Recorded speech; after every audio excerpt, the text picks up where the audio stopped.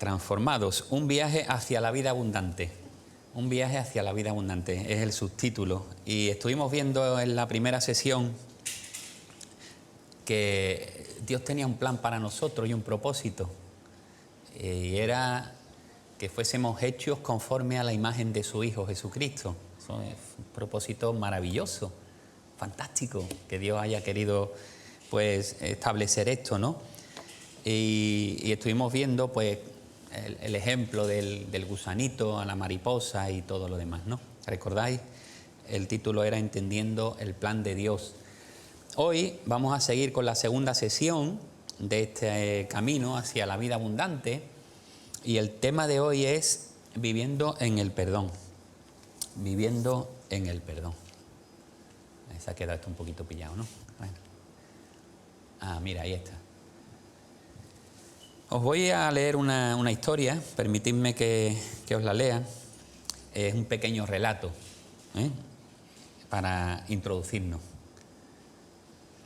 Una mañana, Paco y Pepe fueron a la iglesia. Paco la conocía bien porque había crecido allí. Había ido a la escuela dominical desde los 3 años y todo eso. Y sabía que este joven, Paco, sabía que sus padres también estarían allí, en la reunión, en alguno de los bancos, observándole disimuladamente. Y quería asegurarse que le vieran. Así que se levantó y se sentó en la primera fila, inclinó su cabeza, cerró sus ojos durante unos momentos. Él había visto que su padre hacía esto y sabía que así parecía santo. Se tomaba la religión muy en serio, ¿sabes? Llevaba una Biblia grande, se sabía todos los cánticos, le gustaba dar una imagen de un joven de elevados principios. A diferencia de muchos compañeros, no hacía cosas así encubiertas, nada de echarse a perder, a escondidas. Él y su novia tenían conversaciones intelectuales sobre el vegetarianismo y sobre la energía nuclear. No veas. En vez de ir a la discoteca y demás, iba a las reuniones de oración en casa del líder de jóvenes. Cuando Paco reflexionaba sobre su vida, en aquellos momentos antes de comenzar el culto, rebosaba satisfacción interior. Qué alentador es saber que eres un buen cristiano. Nada por confesar, nada de qué avergonzarse, nada. Vaya desgracia, no puede ser. Por el rabillo del ojo había visto una figura familiar que acababa de entrar en la iglesia detrás de él. Se dio cuenta, extrañado, de que era Pepe. ¿Se puede saber qué está haciendo allí? No tenía derecho a ir a la iglesia, él muy hipócrita. Pero si hubiera podido leer la mente de Pepe, se habría dado cuenta de que esto era lo mismo que él estaba pensando. ¿Qué derecho tenía a estar en la iglesia? Pensaba él mismo. No había asistido durante años. De hecho, se sentía muy incómodo en aquel lugar. Miraba alrededor con nerviosismo, como si esperara que alguien con autoridad apareciera en cualquier momento para decirle que no pintaba nada allí. No sabía dónde sentarse. Finalmente se deslizó silenciosamente en la última fila. Oh no, Paco está delante. Me ha visto, dijo en su interior. Ahora ya no podré ocultar esto en el vecindario. Se desplomó, cruzó las piernas bajo el banco y puso la cabeza entre sus rodillas tratando de esconderse. Como habréis adivinado, Pepe no era un tipo religioso. De hecho, tenía reputación de ser un poquillo gamberro. Si había algún problema con la policía, posiblemente él estuviera ahí implicado. Sus dedos estaban manchados de nicotina, su aliento se detectaba el típico olor de la cerveza. ¿Cómo es que habría ido a la iglesia? Se debía que ha habido algún tipo de discusión o desengaño, o tal vez no veía salida en su vida. Sí, se trataba de ambas cosas y a la vez de ninguna de ellas. Había intentado sin éxito ahogar sus sentimientos en aquella botella, pero había salido con una sensación terrible de lo sucio que era y el tremendo caos que había a su alrededor. De repente, sentado en la última fila, el sentimiento de culpa y de vergüenza llenaron sus ojos de lágrimas y le hicieron enrojecer, y se le hizo un nudo en la garganta. ¡Ay, Dios mío!, murmuró en silencio, mesándose los cabellos. ¡Ay, Dios mío! Os digo que Pepe fue, y no Paco, quien aquella noche volvió a su casa siendo creyente. Esto es un relato, una historia, no sé si os ha sonado algo, pero sería la historia de manera o en versión contemporánea, versión de nuestros días, usando unos ejemplos, de la parábola que Jesús habló sobre el fariseo y el publicano.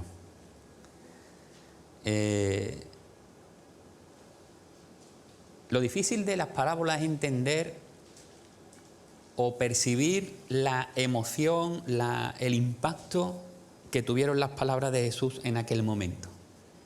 Es difícil para nosotros ponernos en las situaciones, en los contextos donde Jesús estaba hablando. Pero me gustaría que pudiésemos reflexionar un poco acerca de esta parábola. Y para ello lo primero es leerlo en la Escritura. Ahora sí que vamos a leer el texto en la palabra de Dios. En Lucas capítulo 18, un capítulo después del que hemos leído en esta mañana, de Lucas 17, ahora nos vamos al 18. Allí nos encontramos el versículo 9 y dice así la palabra de Dios. A unos que confiaban en sí mismos como justos y menospreciaban a los otros, dijo también esta parábola. 2 hombres subieron al templo a orar. Uno era fariseo y el otro publicano.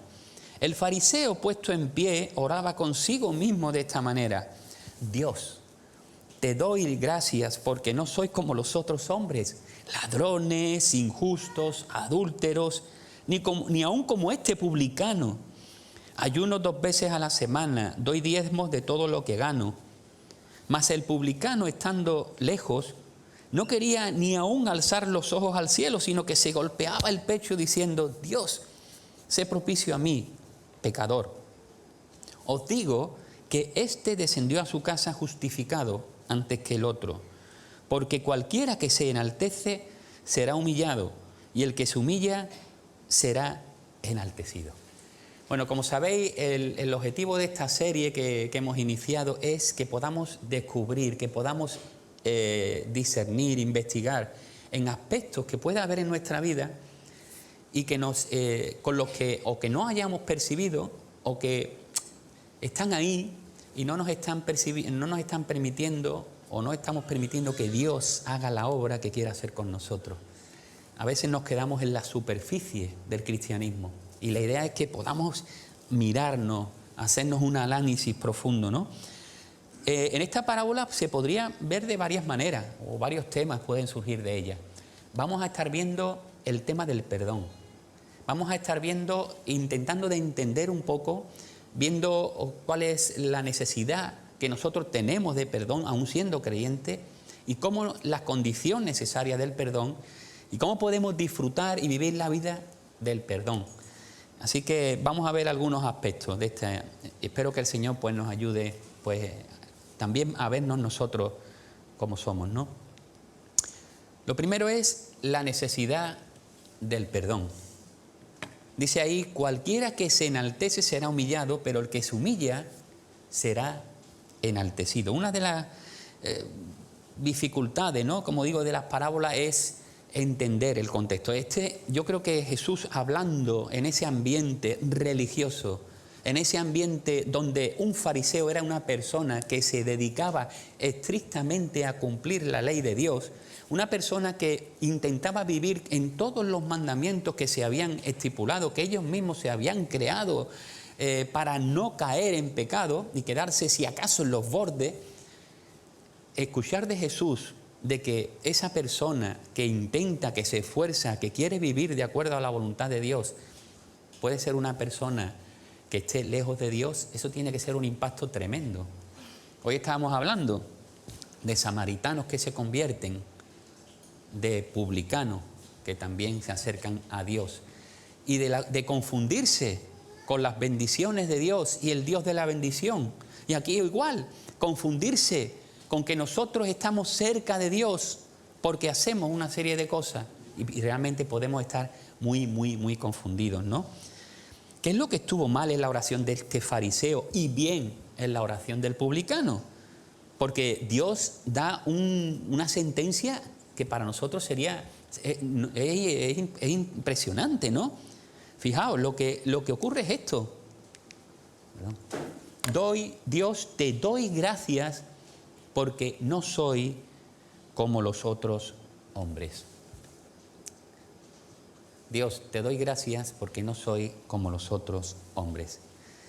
¿Os imagináis que un hombre va al médico y le dice: doctor, quiero que sepa que tengo una salud excelente, mis pulmones funcionan perfectamente, mi tono muscular es ideal, mi aparato digestivo no podría funcionar mejor, mi circulación es de primera, no tengo infecciones, ni dolencias, ni enfermedades? En pocas palabras, doctor, a diferencia de todos estos especímenes que tiene usted en la sala de espera, yo estoy perfectamente, no hay nada en absoluto en lo que yo tenga problemas. ¿Os imagináis esta situación? ¿Qué puede decirle el médico a alguien así? Bueno, pues adiós, buenos días, ¿no? ¿Algo más? Se marcharía de allí igual que había entrado, sin recibir ningún beneficio, ¿verdad? La visita era absurda, no sirve para nada. No había nada que pudiera recibir porque no estaba pidiendo nada del médico, ¿verdad? ¿Por qué no pedía nada? Porque no tenía necesidad. Este es el punto. El primer punto es reconocer que estamos necesitados de Dios. Siempre estamos necesitados de Dios. No hay nada que nosotros podamos hacer apartados de Él. Lo dice el mismo Señor: apartado de mí, nada podéis hacer. El tema espiritual, básicamente, ¿no? O la parábola de la vid y los pámpanos. ¿Recordáis esta parábola? Si queréis llevar fruto, tenéis que estar pegados a la vid. Un pámpano no puede llevar fruto por sí mismo, necesita la savia que lo alimenta. Y eso es lo que Jesús quiere decir en otro lugar, ¿no? Cuando en Mateo 9:12 dice: los sanos no tienen necesidad de médico, sino los enfermos. Y este fariseo es un ejemplo perfecto de este tipo de personas. ¿Por qué? Fue al templo. ¿A qué fue al templo? ¿A qué fue al templo? A felicitarse a sí mismo por su salud espiritual. No había ido a orar a Dios. No había ido a tener un encuentro abriendo el corazón de Dios. Había ido a presumir. Era un exhibicionista espiritual, si eso existe, ¿no? El publicano, sin embargo, no se hacía ilusiones. Reconocía cuál era su condición moral y espiritual. Era dolorosamente consciente, y digo dolorosamente porque cuando nos vemos a nosotros mismos delante de Dios y dejamos que el bisturí de Dios trabaje, eso duele, eso duele. Sabía que estaba destinado al juicio.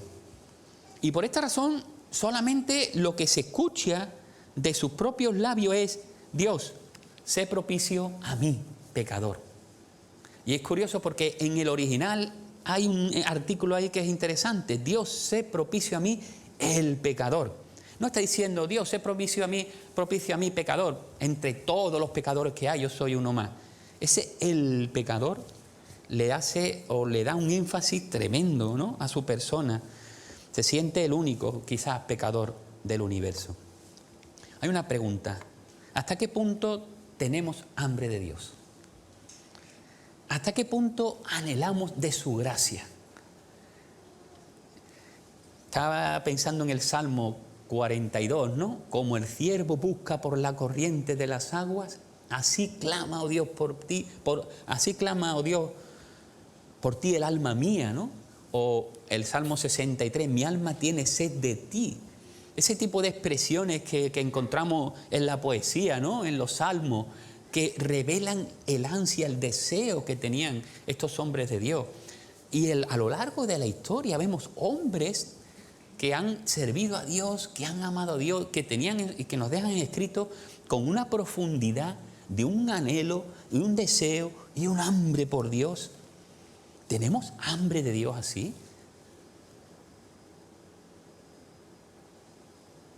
¿Hasta qué punto queremos más y más de su gracia? El publicano fue escuchado porque tenía un corazón para Dios. Es lo importante. Sentía la necesidad de Dios. Para él la alabanza era cuestión de espíritu y verdad, como dice el Evangelio, ¿no? Y por eso fue a la iglesia. No para que le entretuviesen o no para entretener a los demás. Fue allí como un hombre enfermo que va al médico, porque sentía una profunda desesperación moral. Así que el primer punto es la importancia de la necesidad del perdón. Lo necesitamos. No somos mejores que nadie por estar aquí. No somos mejores que nadie porque hagamos una serie de cosas. Vamos a entrar en eso ahora. Necesitamos constantemente recibir el perdón de Dios en nuestras vidas. Constantemente. Cada vez que, cuántas veces caemos en el día, cuántas veces fallamos a los demás, cuántas veces nos fallamos, en definitiva fallamos al Señor. Constantemente necesitamos el perdón de Dios. ¿Y cuál es la condición del perdón?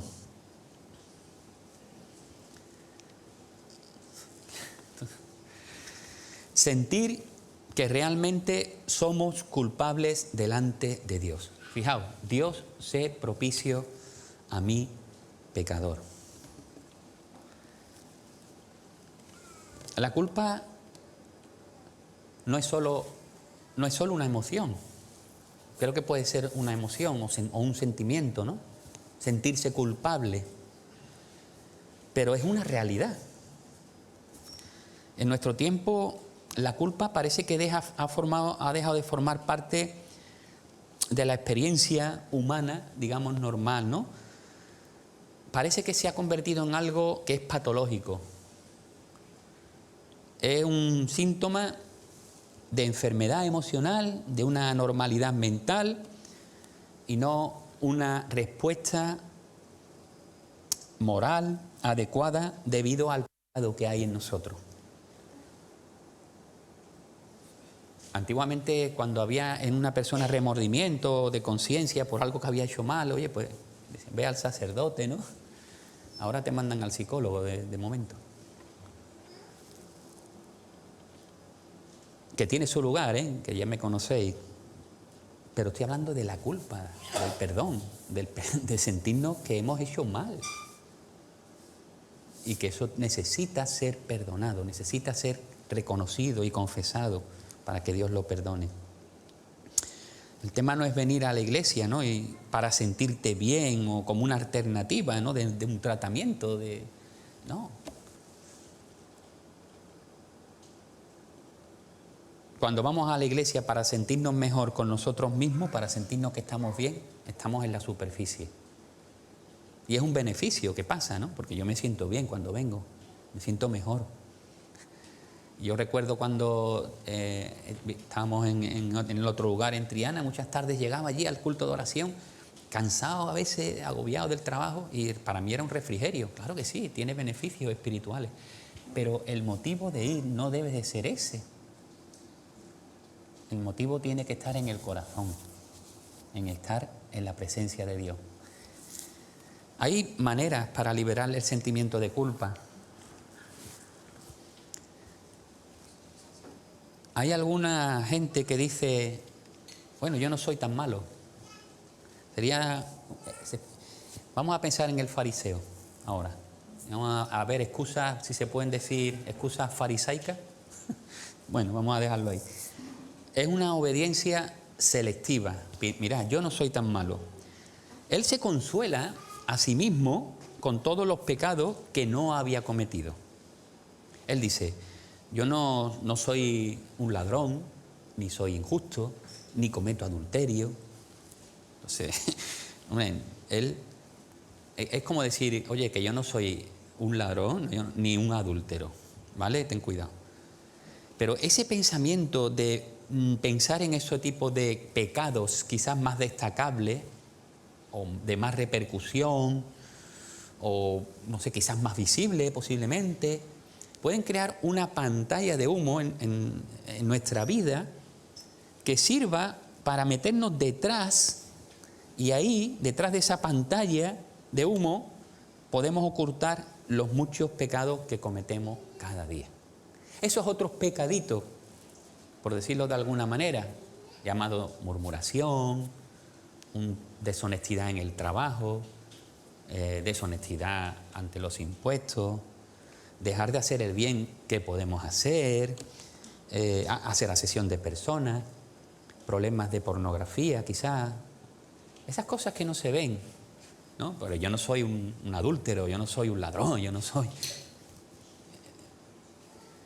Eso es lo que estaba haciendo él. Mira, Señor, que yo no soy como los otros hombres que roban, que son injustos, que cometen adulterio, que yo estoy aquí, en el templo, estoy rezando, estoy orando. ¿Ves, Señor? Hombre, eso tiene una cierta consideración, ¿no? Y eso hace que la gente sea capaz de ver un asesinato en la calle de una ciudad y no hacer nada. Porque ellos no son los que empuñan la navaja, ¿verdad? Otra manera de liberarnos de la culpa es, hago buenas obras. Sería la obediencia, ya esta sería no la selectiva, la obediencia legalista. Obediencia legalista. Hace una lista de todas las inútiles obras que en realidad no tendría necesidad que hacer, pero que las voy a hacer, ¿no? Pero no es necesario que yo las tendría que hacer todas, pero yo hago hago esto y esto. Aún sin tener que hacer, hago un montón de cosas. Y entonces intenta acumular una buena cantidad de una piedad superflua y superficial que hace que uno pueda engañarse, pensando que eso compensa ahora los pecados reales que sí he cometido en mi vida. Entonces, como es un sistema de balanza, ¿no? Yo cometo pecados, pero yo también hago muchas obras que no son necesarias, que no tendría por qué hacerlas, muchas de ellas, pero las hago, ¿vale? Esto tiene que tener un peso. Entonces, ¿qué pasa? ¿Pesan más las obras o pesan más mis pecados? Y así es lo que pasa muchas veces. Mira, yo ayuno 2 veces por semana. ¿No? ¿Qué dice la ley? Pero yo más. Y el diezmo también. No haga falta. Todo lo que sea hacer, yo estoy dispuesto. Ese es el legalista. Vive el hacer. Pero Dios quiere el ser. Y después el hacer. Hay miles de personas religiosas. Miles. Y casi siempre van en este plan, preocupándose por los detalles triviales de su vida, en un intento desesperado por camuflar, por compensar esa enorme corrupción que saben, corrupción moral, que saben en su intimidad que les acecha por dentro. Están intentando hacer cosas que intenten agradar a Dios, que intenten acallarlo, que intenten aliviarle para que su ira no descargue sobre mí. Pero mientras estoy haciendo todas estas cosas, estoy entretenido, y hay quien quiere entretenernos con todas estas cosas para que nos fijemos en esos detallitos que son triviales muchas veces, pero le damos una importancia y no nos fijemos en lo que hay en el corazón, de verdad. Hay otra manera que es soy mejor que otros, sería la obediencia comparativa. Es una autojustificación. Esta nunca falla. ¿Por qué? Porque siempre hay personas que son más culpables que nosotros, ¿verdad? Siempre podemos compararnos con alguien que a nuestros ojos es peor que nosotros. Es que están en otro nivel. Nunca nos compararemos con otros que son mejores para imitarle, ¿no? Siempre nos comparamos con otros que para decir, bueno, todavía hay gente detrás. Estoy en un nivel, bueno, medio, ¿no? Estoy aprobado. Y al final igual, censuramos a los demás para engañarnos a nosotros mismos otra vez, nuestra propia culpa. Pensamos que adoptando quizá un tono fuerte de indignación hacia los pecados de los demás, que a veces pasa, nuestro propio pecado va a pasar inadvertido. Dice Jesús, miramos la mota en el ojo ajeno para distraer la atención de la viga que hay en el nuestro. Jesús era bastante directo, ¿no? Por medio de este tipo de obediencia comparativa, pues muchos de nosotros conseguiremos evitar el efecto de reprensión que esta parábola pretende para nuestras vidas. ¿Conocéis la anécdota del maestro de escuela dominical? Bueno, contó esta historia en su clase y al terminar dejó bien claro cuál era para él la lección obvia de la misma. Dijo, ahora niños, vamos a darle gracias a Dios porque no somos como aquel orgulloso fariseo. Así que por medio de estas tres técnicas que cada uno de nosotros puede elaborar, más o menos, depende de su nivel de creatividad, porque somos bastante buenos para esquivar muchas veces la palabra del Espíritu, cuando nos habla claramente y buscamos excusas y buscamos alternativas muchas veces para no dejar que esa palabra entre profundamente y nos haga reaccionar. Pues estas técnicas que nuestro fariseo pues también en las que empleó él, pues intentan hacer sentirse bien consigo mismo. Se tapa y al final incluso puedes estar satisfecho contigo mismo si no dejas que el Espíritu trabaje en profundidad, ¿no? Sería emocionalmente más estable como resultado de sus devociones religiosas, pero ¿qué es lo que pasa? Que en realidad estaba lejos de Dios. Allí estaba, pensando que Dios lo iba a aceptar, que tenía una comunión con Dios buenísima. ¿Qué hago con mi culpa? Esa es la cuestión. ¿Me contento simplemente con librarme de esas punzadas de mi conciencia cuando me están persuadiendo? ¿O yo mismo me persuado de que estoy bien? Muchas gracias, ¿no? Cuando nos saludamos, ¿qué tal? Muy bien, bien, gracias. ¿Cómo estás? Muy bien. Claro que vas a decir. No te va a contar la historia de su vida, ¿no? En un saludo. Pero ¿cuántas veces actuamos así en la vida espiritual? ¿Pensamos que estamos bien? ¿O queremos expresar o manifestar que estamos bien? Pero ¿cuánto hay en nosotros? Pero eso está bien.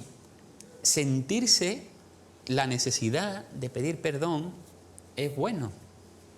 Y pedir perdón es bueno. Porque hay una respuesta. Cuando uno se arrepiente, cuando uno es capaz de dejar que Dios trabaje en su vida, hay una justificación. Os digo que este descendió a su casa justificado antes que el otro. Y dice otra vez, el texto finaliza, cualquiera que se enaltece será humillado, y el que se humilla será enaltecido. El publicano no podía razonar su propia culpa. No podía persuadirse a sí mismo de que no era tan malo. No quería disimular tampoco su pecado por medio de, bueno, yo hago esto, soy mejor que el otro, hago buenas cosas, en fin, todo lo que hemos visto, ¿no? Solamente rogó, Dios sé propicio a mí, pecador. Y lo que dice Jesús es que aquel hombre volvió a casa no solo sintiéndose mejor, sino con su estado moral cambiado radicalmente a los ojos de Dios. Leía del reformador Martín Lutero, escribió, solo existen dos clases de personas en el mundo. Personas, o sea, pecadores que se piensan que son justos y justos que se piensan que son pecadores.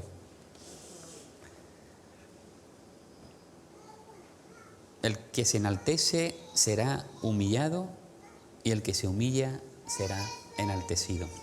¿Estamos buscando el perdón de Dios a la manera del publicano, en base a la provisión misericordiosa del sacrificio que Cristo hizo para el perdón de los pecados? ¿O buscamos la justificación del fariseo sobre la base de nuestra propia reputación religiosa y de nuestros logros? ¿Cómo nos estamos acercando? ¿Cómo estamos buscando el perdón de Dios, no? Yo creo que debíamos de imitar, ¿no?, a este publicano, ¿no? Es curioso que Jesús siempre pone de ejemplo a los samaritanos, a los publicanos.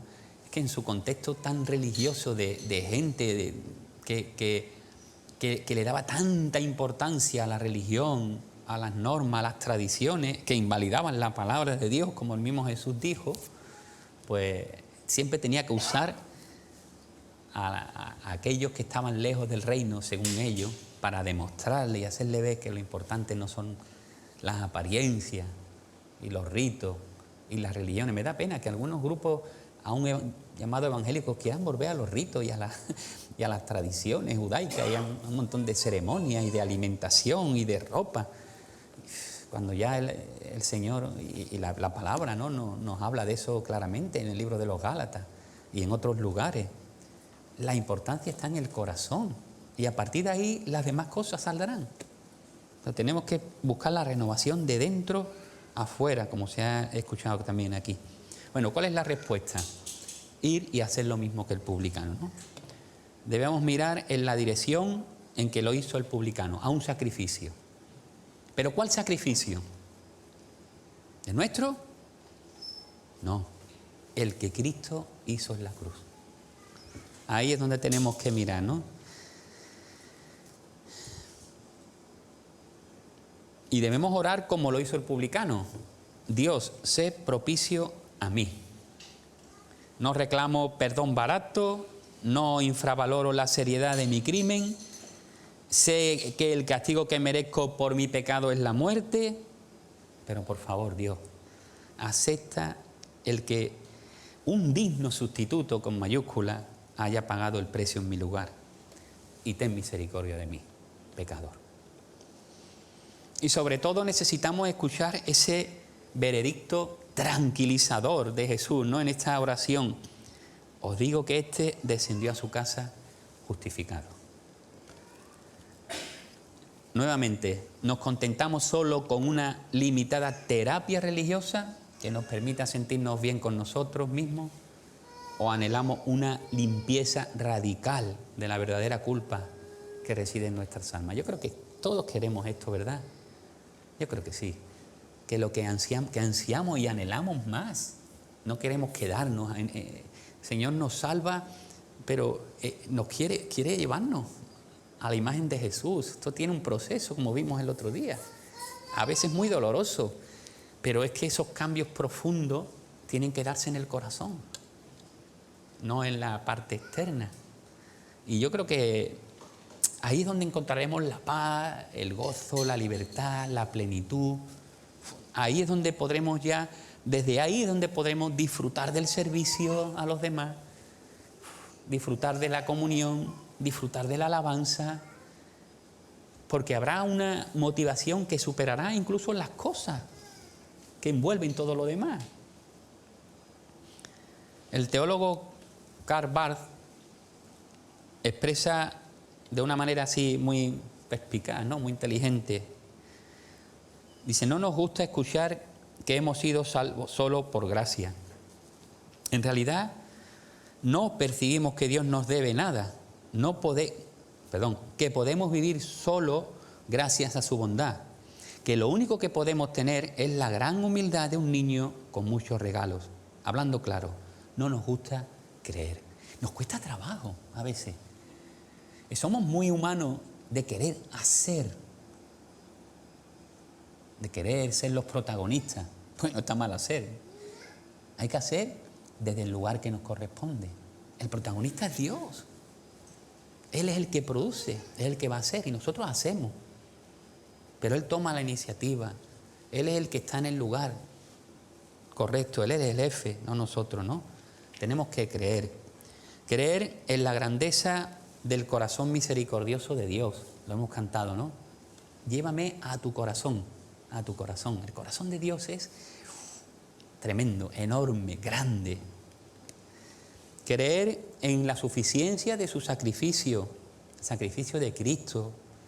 Creer sobre todo en la verdad de aquella extraordinaria promesa: el que se exalta será humillado y el que se humilla será exaltado. En el mundo del reino de Dios hay muchas paradojas, es muy interesante. Es el pobre quien es rico, es humilde el humilde quien es grande, y el camino hacia arriba es cuesta abajo. Cosa rara, ¿verdad? La del reino de Dios. Pues que Dios nos ayude y podamos seguir reflexionando. Tenemos un viaje apasionante hacia la vida abundante. Pero en el camino hay espinas, en el camino hay piedras que hay que quitar, en el camino hay cuestas que subir, en el camino a veces tendremos sed, en el camino a veces lo pasamos mal, a veces, pero tenemos que mirar. Dios está con nosotros y Dios quiere llevarnos a la vida abundante. Ese es el plan de Dios, que podamos cada vez reflejar más. Cada vez que vamos en el camino y cada vez que vayamos superando una prueba y vayamos dejando que Dios trabaje en nosotros, vamos tomando más la imagen de Cristo, cada vez más, que cuando vamos en el camino, hasta que lleguemos allí y le veamos cara a cara como Él es, seamos semejantes a Él, ¿no? Que Él nos ayude, podamos vivir en la gracia de su perdón para seguir siendo transformados, como decimos, a la imagen de Cristo, según su propósito. ¿Oramos? Pues Señor, te damos gracias por tu palabra en esta parábola que tú citaste, Señor, cuando estuviste en la tierra.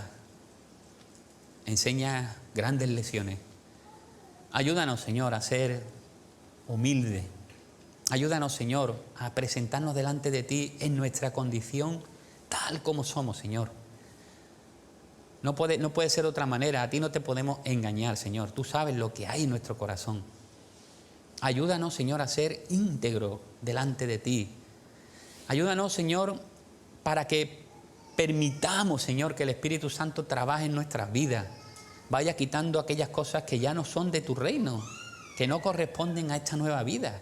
Que vayas quitando todos los vicios, todos los malos pensamientos, todas las maneras que traíamos, Señor, que tenemos en nuestra carne todavía, en nuestra naturaleza caída. Que podamos vivir más y más en la vida del Espíritu. Que podamos, Señor, ser gente que resplandece, Señor, como una luz en medio de esta oscuridad del mundo. Ayúdanos, Señor, a ser cada vez un poco más semejantes a tu Hijo, Señor. Que estas lecciones que sacamos de tu palabra, Señor, podamos aplicarla, podamos vivir en ella, Señor, para tu gloria, para el beneficio de tu iglesia, para el testimonio de la gente que no te conoce. En el nombre de Jesús. Amén.